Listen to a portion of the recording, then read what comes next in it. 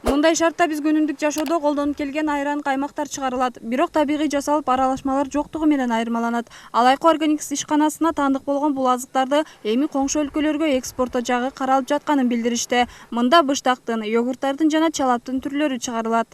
Албетте чет өлкөгө экспорттогон пландарыбыз бар. Негизинен биздин баягы компаниянын миссиясы таза, натуралдуу гана продукциялар чыгарабыз деген оюбуз бар да.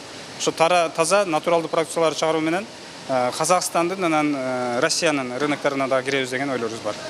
Бул жердеги сүт заводдо бир гана куруттар чыгарылбастан быштактын 3 түрү жана кадимки табигый йогурттар мындай техниканын жардамында чыгарылат экен.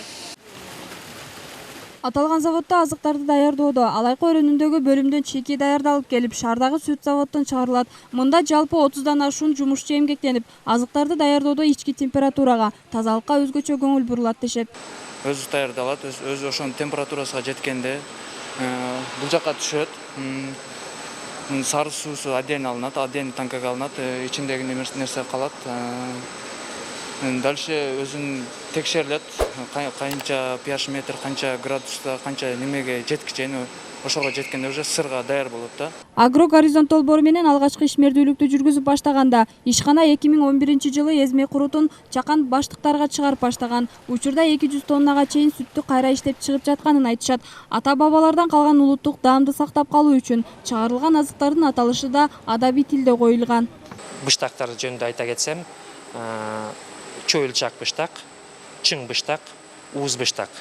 Албетте бул жерде европалык технология бар, бирок биз колубуздан келишинче жанагы закваскаларды иштеткенде өзүбүздүн закваскаларды иштеткенге аракет кылып атабыз. Заводдо негизги азык болуп сүт эсептелет. Аны заводко фермерлер алып келишет. Жөн гана сатып албастан атайын эл аралык талаптар менен текшерүүдөн өткөрүшөт. Эгерде сүт тапшырган фермерде маселе жаралган болсо, атайын окуудан өткөрүп маалымат берилет. Кемчилдиктер болсо үйрөтөбүз. Фермерди үйрөтүп, кийинки жолу мындай кылсаңыз жакшы болот, мындай кылсаңыз жакшы болот деп албетте үйрөтөбүз. Бул эми мындайча айтканда бул постоянный процесстик иш. Ошондуктан фермерлерибиздин саны күндөн күнгө өсүп атат. Белгилей кетсек, USAID-тын Агрогоризонт долбоорунун көмөгү менен Алайкы Organics компаниясы кышкы айларда сүт көлөмүн көбөйтүү жагын колго алууда. Аталган долбоор Кыргызстандагы ишканалар менен иш алып барат. Мимоза Жаныек кызы, Бексултан Абиев, Ынтымак.